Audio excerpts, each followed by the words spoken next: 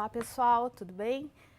Dando prosseguimento, né, à nossa disciplina de Físico-Química 1, hoje a gente vai falar um pouquinho sobre soluções ideais, soluções diluídas ideais e coeficientes de atividade. Né? Como a gente viu na aula passada, algumas deduções para soluções ideais, hoje a gente vai recapitular algumas coisas e falar um pouquinho de soluções diluídas ideais. Tá? Então, olha lá, vamos recapitular. Lembrando da aula passada que eu falei, defini, né, algumas características de soluções ideais, onde o que a gente, né, observa? Que soluto e solvente seguem a lei de Raoult. Então é aquele gráfico, né, onde eu mostrei a pressão total e as retas de pressão total e de pressões parciais dos componentes. A gente se observa um comportamento daquele tipo, a gente de cara já sabe que essa solução é uma solução ideal porque segue a lei de Raoult, tá?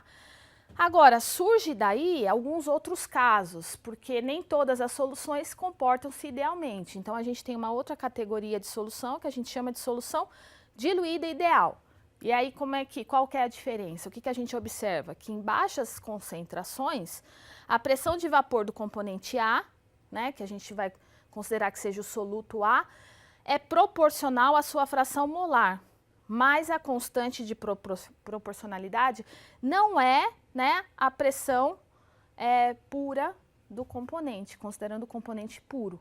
Então, para isso, né, para essa solução, a gente observa que essa solução diluída ideal segue uma outra lei que a gente vai chamar de lei de Henry e a gente vai ver ao longo da aula de hoje.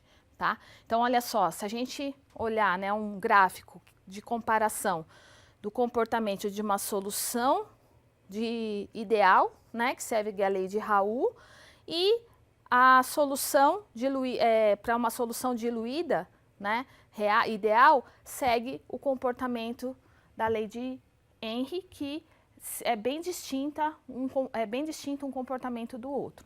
Tá? Então, esse gráfico mostra essa diferença. Então, vamos ver.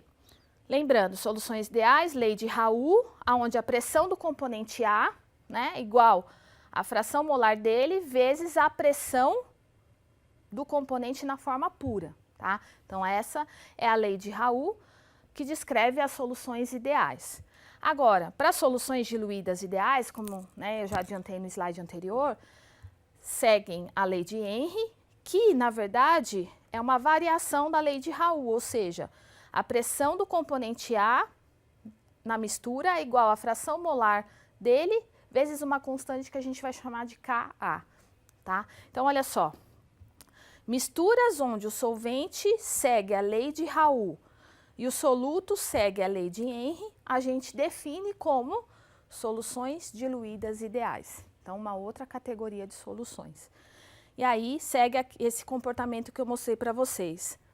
Né, um comportamento para a solução, no caso de solução ideal, segue a lei de Raoult, e para o caso de soluções diluídas ideais, a lei de Henry. Então, vamos lá. Algumas considerações, né, para a gente chegar à lei de Henry. Então, olha lá. A maioria das soluções não é ideal, né? Então, é como no caso dos gases ideais. A gente faz toda a dedução, todo o tratamento matemático, simplificado, né, considerando o comportamento ideal, mas a gente observa na realidade que a maioria das soluções não é ideal. Tá? Então, olha, a gente tem uma figura aqui, ó, que mostra exatamente esse comportamento. Lembram da aula passada que eu mostrei para vocês o gráfico da pressão total e das pressões parciais dos componentes? Olha a diferença para um gráfico de fração molar versus pressão para uma solução que a gente observa aqui que não segue o comportamento ideal. Tá? Então, a gente tem essas elipses aqui que destoam do comportamento ideal. Então, já de cara, a gente já observa que essa solução não é uma solução ideal. Essa mistura de sulfeto de carbono com acetona. Tá? E esses desvios, né, positivos da lei de Raoult, então, essas diferenças aqui, elas se dão por quê? Exatamente por causa das interações entre as partículas, entre as moléculas, nessa mistura, nessa solução, que a gente não pode desconsiderar, tá? Então, olha só, para estudar soluções diluídas ideais, ou soluções não ideais, a gente precisa introduzir uma nova propriedade que a gente vai chamar de atividade, tá? Então, olha, num diagrama de pressão de vapor para uma determinada solução binária não ideal, como é que a gente observa? Olha só os desvios aqui graficamente, né? Como é que a gente observa graficamente? Fração molar versus pressão. Então, aqui, se a solução fosse uma solução ideal, ela seguiria esse comportamento linear aqui, né? Que seria a lei de Raoult. Só que a gente observa esses desvios da lei de Raoult, dando indício de que essa solução não apresenta comportamento ideal, tá? Então, se vocês observarem aqui, em algumas situações, a gente poderia, né, considerar a solução como ideal. Então, olha só, quando a fração molar aqui está muito próxima de 0, e quando a fração molar aqui, ó, nessa região, tende a 1. Então, a gente vai ver esses dois casos individualmente. Então, vamos lá, pressão parcial, né, do componente 1 e do componente 2, a partir daquele gráfico que eu acabei de mostrar, a gente pode concluir o quê? Que as pressões parciais não seguem as retas preditas pela lei de Raoult. Então, não é uma solução ideal, é uma solução não ideal, tá? Então, olha, mesmo não sendo uma solução ideal, foi o que eu acabei de falar, observando os dois extremos do gráfico. Mesmo não sendo a solução ideal, a lei de Raoult acaba sendo respeitada quando x1, a fração molar do componente 1, tende a 0. Então, seria o extremo direito do gráfico anterior, conforme a gente observa na elipse do gráfico da figura anterior, que destaca esse comportamento linear quando a fração molar tende a 1, tá? Então, a gente pode dizer o quê? A pressão do componente 1 tende a x1 vezes a pressão de 1 puro, quando x1 está bem no extremo, ou seja, x1, a fração molar do componente 1 tende a 1, tá? Então, de acordo com a reta pontilhada, a gente pode ver exatamente aqui, ó, quando a fração molar tende a 1, né? Então, a gente tem esse comportamento aqui, que a gente poderia dizer que segue a lei de Raoult, né? Tende a uma solução ideal, por quê? Porque se aproxima muito do comportamento observado para soluções ideais nesse extremo de fração molar tendendo a 1, tá? Então, no caso da lei de Henry, né, a gente vai dizer que a pressão do componente 1 tende a fração molar de x1 vezes o K, né? Só que agora no extremo esquerdo, quando x1 tende a 0. Então, aqui, a gente observa quando x1, a fração molar tende a 1, segue a lei de Raoult, e quando a fração molar tende a 0, a gente tem um comportamento que é descrito pela lei de Henry, tá? Que segue exatamente x1 vezes o K desse componente 1. Então, o que a gente pode observar? Que a pressão de vapor do componente 1 tem um comportamento linear quando x1 tende a 0. Né? Então, a gente observa exatamente esse comportamento na extremidade esquerda do gráfico, tá? E aí, se a gente observa esse tipo de comportamento, a gente diz o quê? Que a solução acaba seguindo a lei de Henry nessas condições, quando x1 tende a 0, tá? E aí, ó, lembrando que a lei de Raoult reflete as interações intermoleculares do tipo 1,1, tá? Mesmo em soluções não ideais, ela é válida quando o componente 1 está praticamente puro, tá? Já a lei de Henry reflete interações intermoleculares do tipo 2,2, componente 2 com moléculas do componente 2 com moléculas do componente 2, já que ela é válida quando o componente 1 está praticamente ausente, tá? Quando x1 tende a 0, tá? É isso que quer dizer. Quando a gente tem quase 0 do componente 1, então a solução segue a lei de Henry, tá? E aí vai refletir interações entre as moléculas do componente 2 com moléculas do componente 2, tá?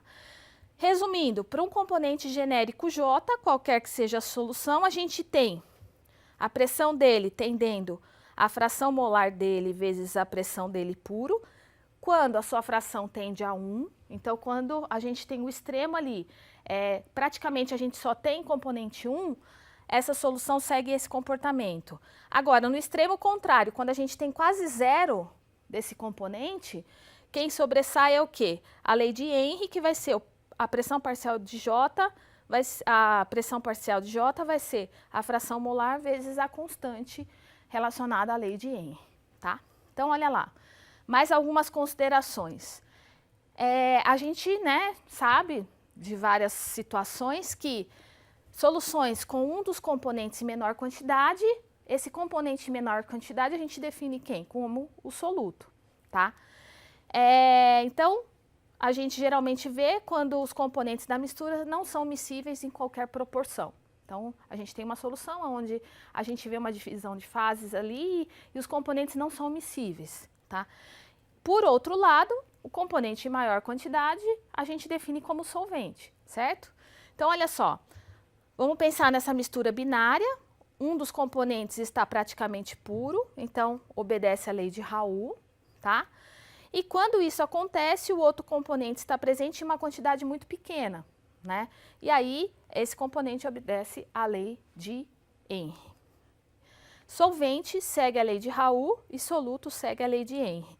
Então, numa condição onde a gente tem essas situações, solvente seguindo a lei de Raoult e soluto seguindo a lei de Henry, a gente define, então, essa solução como uma solução diluída ideal, tá?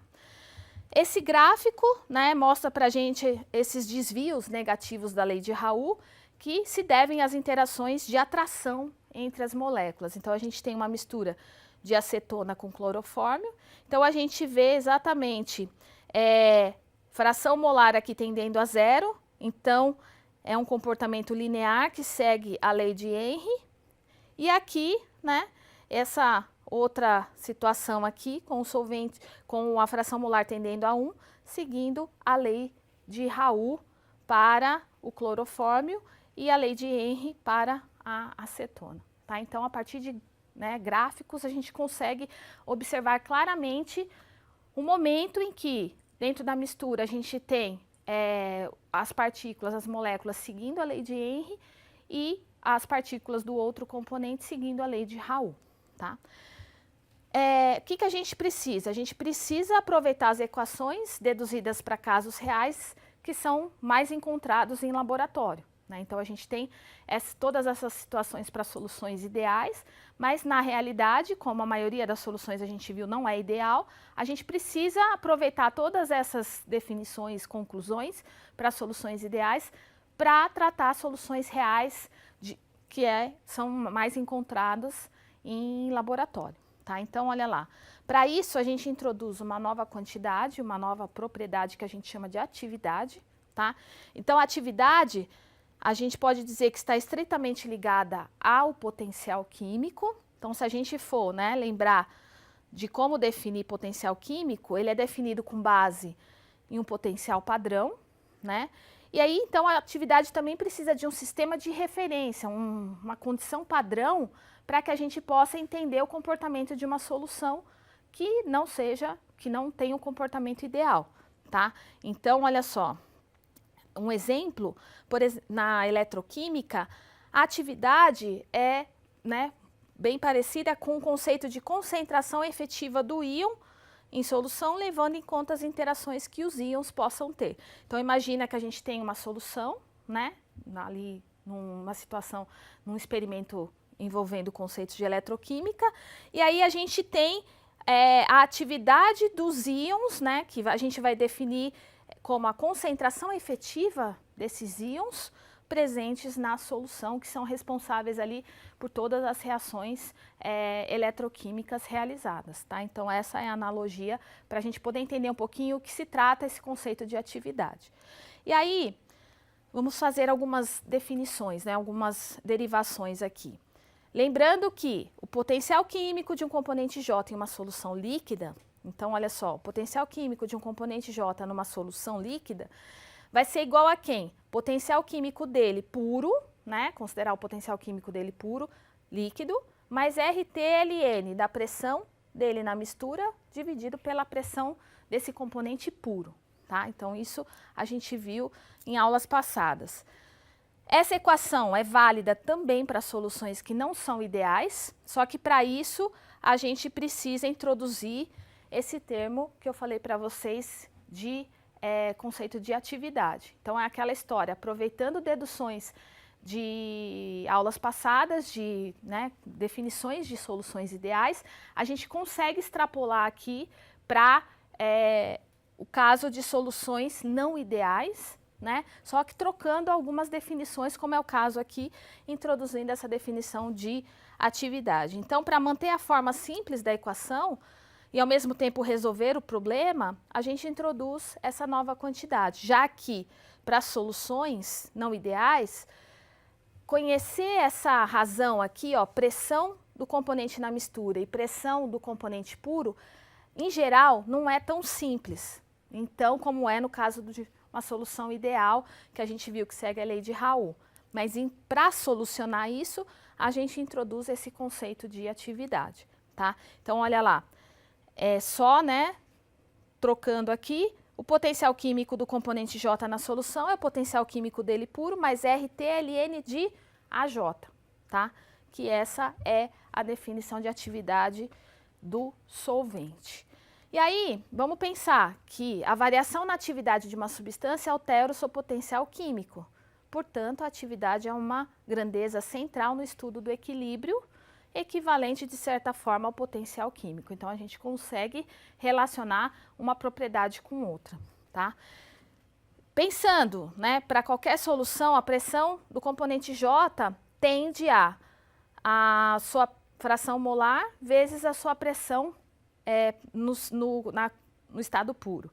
Então, quando XJ tende a 1, isso permite que a gente conclua que para qualquer solução, mesmo que não seja ideal, no limite da fração molar tendendo a 1, a gente pode escrever o quê? Que o potencial químico do componente J na solução é o potencial químico dele puro, mais RT/Ln de X da fração molar. Isso nessa condição específica de X, da fração molar tendendo a 1, tá? Então, aí a gente volta à condição de fração molar aqui, ao invés do conceito de atividade, tá? Para o caso do solvente, então, a atividade, a gente pode definir a atividade do componente J é igual à pressão dele na mistura dividido pela pressão dele puro, tá? Então, essa é a forma matemática de se calcular a atividade. E aí, significa que, quando a fração molar tende a 1, a fração é igual à atividade daquele componente. Nessa situação, nessa condição, tá? Para o soluto, como é que a gente calcula a atividade de um soluto? Aqui já é um pouco mais complexo, né? Então, a gente tem um problema de definição de coeficiente de atividade e estado padrão para os solutos, tá? Eles se aproximam do comportamento ideal, diluído, no caso, para o soluto, né? Segue a lei de Henry, quando a fração molar do soluto tende a 0. Lembra no gráfico, na extremidade esquerda? Tendendo a 0 é exatamente a situação, são as condições, a faixa ali de concentração, que o componente segue a lei de Henry, tá? Não, mas tem uma outra situação, quando a fração molar tende a 1, então corresponde ao soluto puro, tá? Então, ó, definições de um soluto que obedece exatamente à lei de Henry, e a gente precisa definir também como permitir os desvios que podem ocorrer nessas soluções, tá? Então, ó, como é que a gente calcula o potencial químico de uma solução diluída ideal, considerando o soluto B? Então, ó, o potencial químico do componente B é igual ao potencial químico dele puro mais RT/Ln da pressão dele na mistura dividido pela pressão do componente puro, que vai ser igual ao potencial químico dele puro mais RT. A gente faz algumas, né, conversões aqui, RT/Ln de Kb sobre a pressão dele puro, mais RT/Ln da fração molar dele, tá? Então, essa é o cálculo final para potencial químico do soluto B na mistura, tá? E o potencial químico padrão dele vai ser o potencial químico dele puro mais RT/Ln, exatamente essa porção aqui da equação. Então, isso é o potencial químico padrão do soluto dentro da solução, tá? Então, aqui são só algumas deduções alguns raciocínios matemáticos para nos ajudar a entender o comportamento tanto de solutos quanto de solventes dentro de uma solução. Tá? Para a gente, às vezes, né, não parecer tão simples, a gente mistura uma substância, um componente com o outro, forma uma solução, mas ali dentro a gente tem muita coisa acontecendo e matematicamente a gente pode traduzir isso com essas equações que a gente está vendo na aula de hoje. Tá? Então, e soluções reais, a gente tem que considerar os afastamentos do comportamento ideal em relação à solução ideal, a solução diluída, que é exatamente o afastamento da lei de Henry. Tá? Então, a gente pode escrever, ao invés de fração molar, a gente pode escrever atividade. Então, o potencial químico do soluto B é igual ao potencial químico dele padrão, mas RT/LN da atividade dele na mistura. Tá? Então, a atividade a gente pode, do soluto, né, nesse caso é do soluto, definir como a pressão do soluto na mistura dividido pela constante K desse soluto. Tá? Então, a gente pode ou definir o conceito de coeficiente de atividade, que a atividade do soluto B é igual ao coeficiente de atividade vezes a sua fração molar. Então, essas são formas da gente calcular a atividade do soluto na solução. Tá? Então, a partir, né, de todas essas deduções hoje, a gente evolui na próxima aula para alguns conceitos relacionados ainda às soluções, e a gente vai falar um pouquinho sobre colóides.